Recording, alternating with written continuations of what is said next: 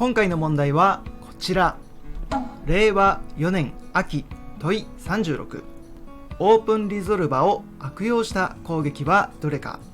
あ、ICMP パケットの送信元を偽装し、多数の宛先に送ることによって攻撃対象のコンピューターに大量の偽の ICMP パケットの応答を送る。い、PC 内のホストファイルにあるドメイン名と IP アドレスとの対応付けを大量に書き換え、偽のウェブサイトに誘導し、大量のコンテンツをダウンロードさせる。う、送信元 IP アドレスを偽装した DNS 問い合わせを多数の DNS サーバーに送ることによって攻撃対象のコンピューターに大量の応答を送る。誰でも電子メールの送信ができるメールサーバーを踏み台にして電子メールの送信元アドレスを詐称したなりすましメールを大量に送信する。あ、い、う、どれが正解でしょうか。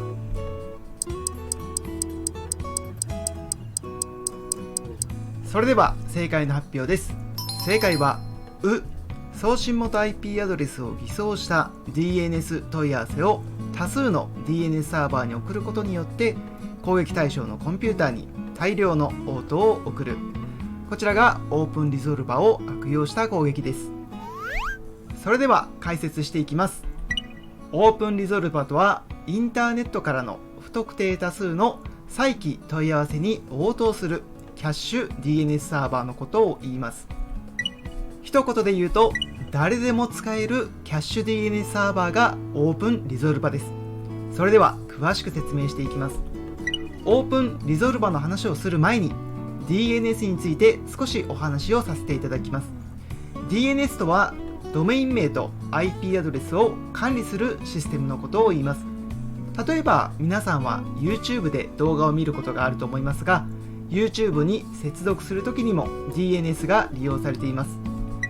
DNS を利用する理由はドメイン名から IP アドレスを調べるためです。ドメイン名とは www.youtube.com のような URL のことだと思ってください。インターネットの世界は IP アドレスによって通信が制御されています。よって IP アドレスを指定しないと YouTube に接続することができません。これは電話番号と似ていますよね。電話をするためには電話番号が必要です。インターネットも IP アドレスという情報がなくては通信することができません。そこで DNS の出番です。まず YouTube に接続するために DNS に接続して IP アドレスを調べます。 DNS によって YouTube の IP アドレスが分かったら宛先に YouTube の IP アドレスを指定して接続します。 IP アドレスで指定すればインターネットの世界で通信することができるので YouTube に接続をすることができます。なんとなく DNS の役割がイメージできましたか？ DNS とはドメイン名と IP アドレスを管理するシステムで DNS を利用することで接続先の IP アドレスを調べることができます。ではここでせっかくなのでよく試験で出題されることが多い DNS のキーワードを確認しておきましょう。まずコンテンツ DNS サーバーとキャッシュ DNS サーバーです。コンテンツ DNS サーバーとはドメイン名と IP アドレスを管理している DNS サーバーです。例えば YouTube のドメインを管理している DNS サーバーにアクセスすると www.youtube.com の IP アドレスを教えてもらうことができます。別名でコンテンツ DNS サーバーのことを簡易 DNS サーバーと呼ぶこともあります。一方、キャッシュ DNS サーバーは端末からの問い合わせに回答する DNS サーバーです。端末が DNS を利用する場合、問い合わせをするのはキャッシュ DNS サーバーです。キャッシュ DNS サーバーはその名前の通り IP アドレスとドメイン名の対応関係を一時的にキャッシュしています。もしキャッシュ DNS サーバーが www.youtube.com の IP アドレスの情報を知っていたらクライアントに接続先の IP アドレスを教えてあげます。しかしインターネットにあるすべての IP アドレスの対応関係をキャッシュ DNS サーバーで管理することはできません。そこでもしキャッシュ DNS サーバーが IP アドレスの情報を持っていなかった場合、キャッシュ DNS サーバーが各コンテンツ DNS サーバーに IP アドレスの問い合わせをします。コンテンツ DNS サーバーは階層構造になっていて、それぞれの管理しているドメイン内のドメイン名と IP アドレスの対応を管理しています。まずコンテンツ DNS サーバーとキャッシュ DNS サーバーについてお話ししました。基本的にはキャッシュ DNS サーバーが答えてくれて、キャッシュ DNS サーバーが情報を持っていなかった場合、キャッシュ DNS サーバーがコンテンツ DNS サーバーに情報を聞きに行くと思ってください。では次に再起問い合わせと反復問い合わせです。クライアントがキャッシュ DNS サーバーに行う問い合わせのことを再起問い合わせと言います。一方、キャッシュ DNS サーバーがコンテンツ DNS サーバーに行う問い合わせのことを反復問い合わせと言います。似ている言葉で覚えるのが難しそうですが、言葉の意味を知ればすぐに覚えることができます。再起問い合わせの再起とは、自分の行為の結果が自分に戻ってくることを言います。自分の問い合わせ結果が自分に戻ってきてますよね。一方、キャッシュ DNS サーバーは自分のためではなく、クライアントのために反復横跳びみたいに反復して行ったり来たりしながら問い合わせをしています。なので反復問い合わせです。このように言葉の意味を知ると覚えやすくなると思うので、意識して覚えてみてください。ではいきなりですが、ここまでの DNS のキーワードを覚えれたかテストしてみましょう。端末が最初に問い合わせる DNS サーバーの名前は何だったか覚えてますか？こちらはキャッシュ DNS サーバーですね。ではキャッシュ DNS サーバーが情報を持っていないとき、キャッシュ DNS サーバーが問い合わせる DNS サーバーの名前は何と言ったでしょうか？こちらはコンテンツ DNS サーバーですね。少し補足をすると、コンテンツ DNS サーバーは別名権威 DNS サーバーということも覚えておきましょう。では次に、端末がキャッシュ DNS サーバーに行う問い合わせのことを何と言ったでしょうか？こちらは再起問い合わせですね。自分の問い合わせが最終的に自分に返ってきます。では最後、キャッシュ DNS サーバーがコンテンツ DNS サーバーに行う問い合わせを何と言いますか？こちらは反復問い合わせですね。キャッシュ DNS サーバーはクライアントのためにいろんなコンテンツ DNS サーバーに反復して問い合わせを行っています。それぞれの DNS のキーワードはよく出題されるので覚えておきましょう。ここまで DNS の基本についてお話ししました。では本題のオープンリゾルバについて説明していきます。冒頭にオープンリゾルバとは誰でも使えるキャッシュ DNS サーバーだとお伝えしました。キャッシュ DNS サーバーとは端末が最初に問い合わせをするサーバーでしたね。例えばこの黒い枠が特定の社内ネットワークだとして、キャッシュ DNS サーバーは社内ネットワークからの再起問い合わせに応答するように設定しておくことが望ましいです。逆に言うと、社内ネットワーク以外からの再起問い合わせに答えるのはよくありません。もしキャッシュ DNS サーバーがオープンリゾルバ状態だと、インターネットなどの外部からの再起問い合わせにも応答することになってしまいます。ではどうしてオープンリゾルバ状態だと良くないのか。社内の資産を外部の人が使えるようにするのは何か損してる気がするから良くないと思う方もいるかもしれませんが、実はそれだけではありません。キャッシュ DNS サーバーがオープンリゾルバ状態になっていると、攻撃者によって悪用されてしまう可能性があります。ではどのようにしてオープンリゾルバが悪用されてしまうのか説明していきます。こちらの図をご覧ください。攻撃者、ターゲット、そしてオープンリゾルバがあります。攻撃者がオープンリゾルバを使ってターゲットに攻撃する流れを説明していきます。攻撃者は送信元 IP アドレスをターゲットの IP アドレスに偽ってオープンリゾルバに問い合わせを行います。オープンリゾルバは誰でも使える状態なので問い合わせに答えます。その問い合わせ結果を返すのは、送信元 IP アドレスに設定されているターゲットの IP アドレスに応答を返します。再起問い合わせの結果がターゲットに届きました。ターゲットからすると問い合わせをしていないのに応答が返ってくることになります。ターゲットに届くのが小さいデータ1回くらいなら、そのデータを破棄するので大して問題になりませんが、 DNS の通信は問い合わせよりも応答の通信の方が大きくなるという特徴があります。つまり攻撃者自身は小さい通信でオープンリゾルバに問い合わせを行い、その応答の通信は問い合わせの通信よりも大きい通信を返すことになります。この線の太さが発生している通信量を表していると思ってください。このようにオープンリゾルバーを使って小さい通信を増幅して大きい通信を送りつける攻撃のことを DNS アンプ攻撃と言います。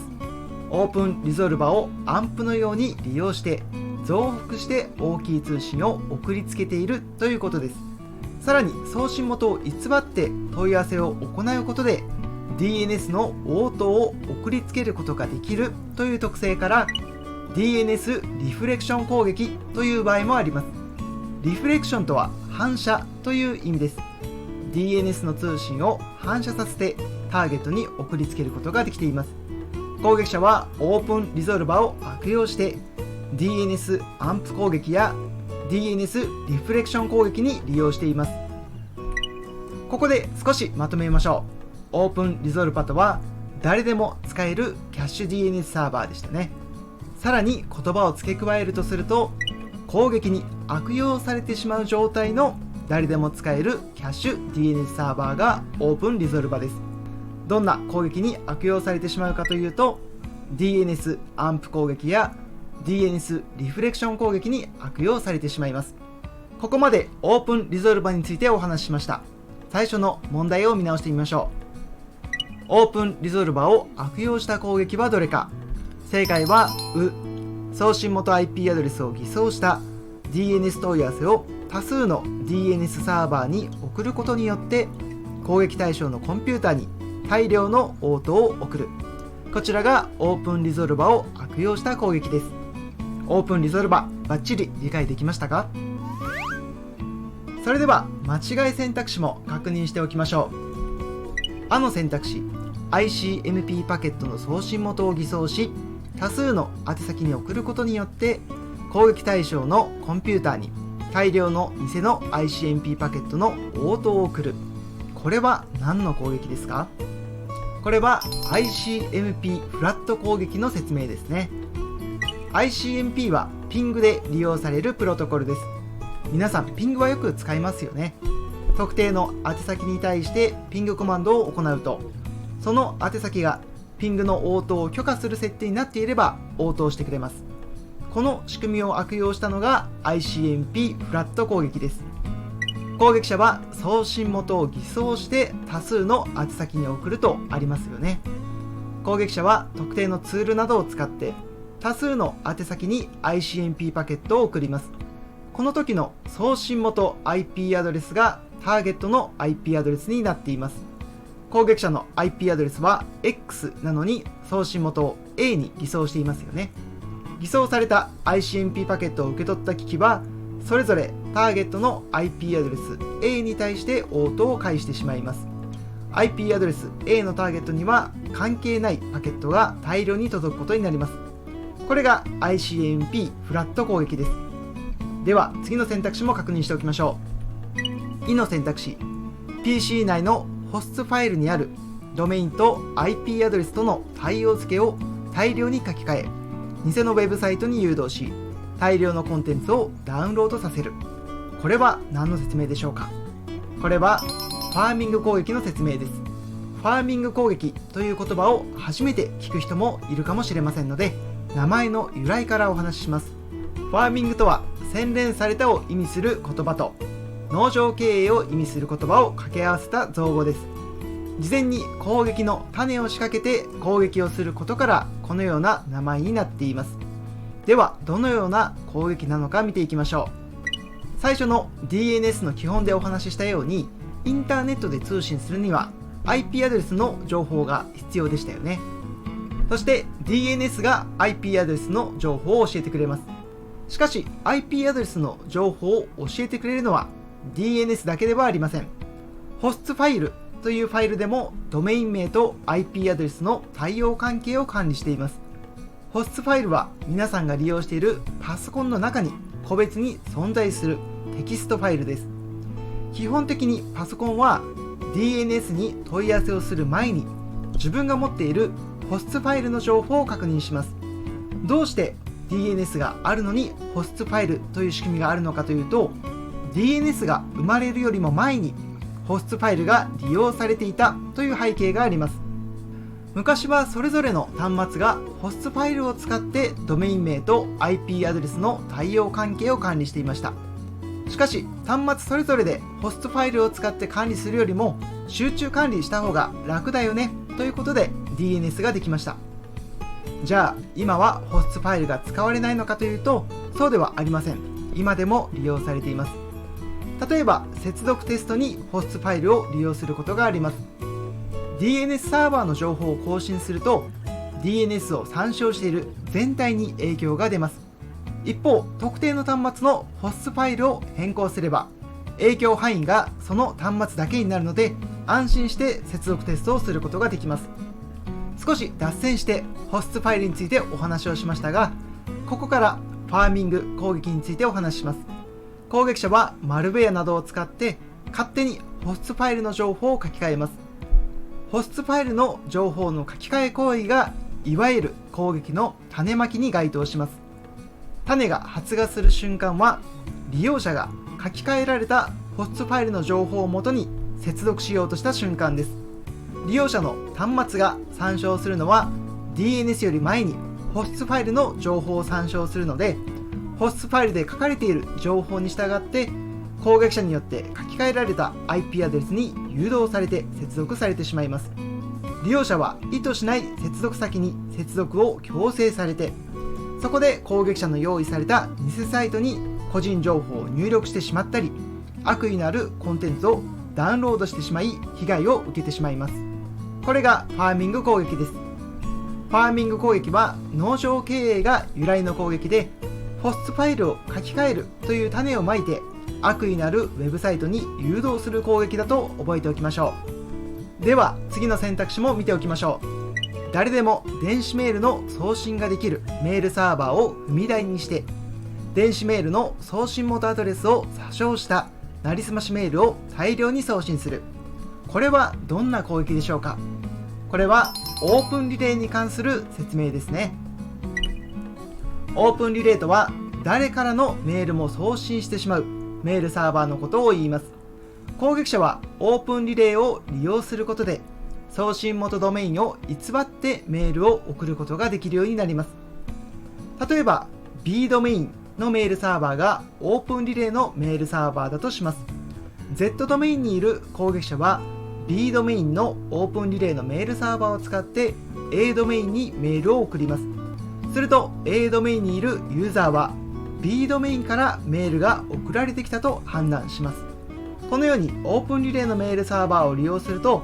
送信元ドメインを詐称したなりすましメールが送れるようになってしまいます。これがオープンリレーを利用した攻撃です。さらに付け加えるとオープンリレーを攻撃者が利用するメリットは他にもあります。攻撃者は攻撃を成功させるために大量のメールをばらまく必要があります。大量にメールをばらまきたいのですが、自分が所属しているドメインのメールサーバーだけではメールの送信数に制限があったりすることもあり、送りたいメールの分量を送ることができません。そこで外部のオープンリレーのメールサーバーを利用して大量のメールをばらまきます。なのでオープンリレーのメールサーバーを放置することもオープンリゾルバーを放置することと同じように攻撃者の攻撃に悪用されてしまう状態になります。管理者は自分が管理しているメールサーバーがオープンリレー状態になっていないか確認するようにしましょう。それではここまで間違い選択肢を確認しました。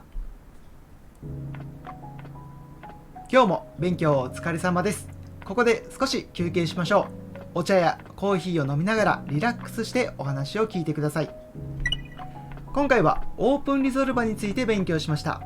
オープンリゾルバとは誰でも使えるキャッシュ DNS サーバーで攻撃に悪用されてしまう状態だとお話ししました。もしかしたらこの説明を聞いてどうしてキャッシュ DNS サーバーが存在するのだろうと不思議に思った方もいるかもしれません。キャッシュ DNS サーバーを設定するときに、インターネットからの再起問い合わせを禁止して、社内ネットワークからの利用だけに制限するというのは、そこまで難しいことじゃないように感じます。しかし実際には、管理者の設定ミスや考慮漏れによってオープンリゾルバになってしまっていることが多いそうです。自分ではオープンリゾルバにしていないつもりでも、オープンリゾルバになってしまっている可能性があります。そういう背景もあり、こういう便利なサイトがあります。その名もズバリ、オープンリゾルバー確認サイトです。こちらのサイトを使っていただくと、すぐに利用しているドメインのキャッシュ DNS サーバーがオープンリゾルバになっていないかを調べることができます。本編でお話ししたように、オープンリゾルバになっていると攻撃に悪用されてしまう可能性もあるので、こういうサイトを使ってオープンリゾルバになっていないことを確認しておきましょう。それでは最後に復習です。令和4年秋問い36、オープンリゾルバを悪用した攻撃はどれか。正解は送信元 IP アドレスを偽装した DNS 問い合わせを多数の DNS サーバーに送ることによって攻撃対象のコンピュータに大量の応答を送る。こちらがオープンリゾルバを悪用した攻撃です。それでは今回はオープンリゾルバについて一緒に勉強しました。最後にお知らせです。マサルの勉強部屋では成長したいエンジニアを応援するオンラインコミュニティを Discord で運営しています。オンラインコミュニティに参加すると IT の勉強を中心に参加者の皆さんとコミュニケーションを取ることができます。一人で勉強するのが孤独、誰かにわからない部分を質問したい、自社以外のエンジニアの方と交流してみたい、そういう方がいらっしゃいましたらぜひ参加してみてください。また時期によっては勉強だけではなく横のつながりが作れるような様々なイベントも行っています。参考までにこちらは2024年8月のイベントです。今は2024年秋の試験に向けてみんなで勉強を頑張っています。オンラインコミュニティへの参加方法はメンバーになるボタンから対象のプランを選択していただくと簡単に参加することができるようになります。皆さんのご参加お待ちしています。それでは今回も最後まで動画をご視聴いただきありがとうございました。また次の動画でお会いしましょう。